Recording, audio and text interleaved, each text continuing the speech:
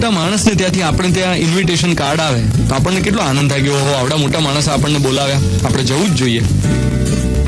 પણ આજની વાર્તામાં એવું છે કે એકવાર એક રાજાએ ફકીરને મહેલમાં આવવાનું નિમંત્રણ આપ્યું.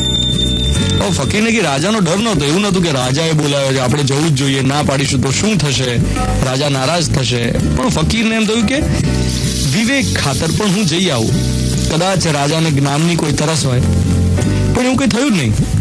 રાજાએ તો ખાલી ફકીરને જમવા બોલાવેલા, જમવાનું પૂરું થયું એટલે રાજા કે આવજો. એટલે ફકીરે વળતું નિમંત્રણ આપ્યું કે તમે આવજો મારે ત્યાં. એટલે રાજાએ હસી કાઢી વાતને કે હું વળી ક્યાં આ ફકીરને ત્યાં જમવાનો છું, એને ત્યાં થોડી જમવા જવું.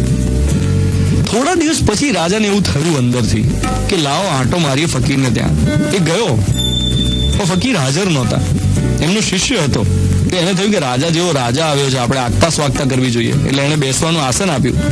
તો રાજા કે ના હું અહીંયા બરાબર છું, હું અહીંયા ચાલુ છું ખેતરમાં. એટલે એને થયું કે આસન ચોખ્ખું નહીં હોય, એટલે એને એક ચોખ્ખી સાદડી પાથરી. રાજા કે ના વાંધો નહીં, હું અહીંયા ચાલુ છું ખેતરમાં. એટલે કીધું ઝૂંપડીમાં ખાટલો છે, અંદર બેસો. રાજા કે ના બરાબર છે, હું ચાલશે, વાંધો નહીં, હું અહીંયા બરાબર છું. એટલે ચેલો ફકીરને શોધવા નીકળ્યો. થોડે દૂર જયારે ફકીર મળી ગયા તો એને બધી વિગત જણાવી કે રાજા આવ્યા છે પણ બેસતા નથી, ખાટલે બેસવાની ના પાડે છે. તો ફકીર હસવા લાગ્યા. ચેલાએ પૂછ્યું કેમ હસો છો? તો ફકીર કે ચાલો આ રાજામાં એટલો વિવેક તો આવ્યો કે પોતે ફકીરને મળવા જવું જોઈએ એવું એને રિયલાઇઝ થયું. પણ આવીને બેસતો નથી કારણ કે એ ભૂલી જ શકતો નથી કે એ સમ્રાટ છે. બેસવામાં આડે આવે છે એનું સમ્રાટપણું, કારણ કે સિંહાસનનો આદિ છે, એને સિંહાસનની ટેવ છે. નમ્રતા આવી થોડી ઘણી, પણ ઈગો હજુ સિંહાસન ઉપર બેઠો છે. આજનો મોર્નિંગ મંત્ર, માણસે સામી વ્યક્તિ પાસેથી કંઈક પામવું હોય તો પોતાપણું ભૂલી જવું પડે.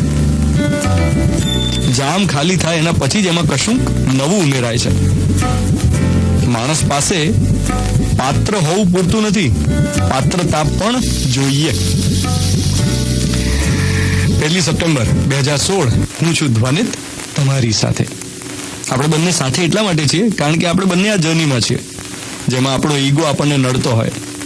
તો આપણી પાત્રતા કેળવાય આજે એવી પ્રેયર સાથે શરૂઆત કરીએ અને આપણે બંને આજે પોતાના ઈગોને થોડો ડાયલ્યુટ કરી શકીએ એવી શુભકામનાઓ રાખીએ. Good morning my dear.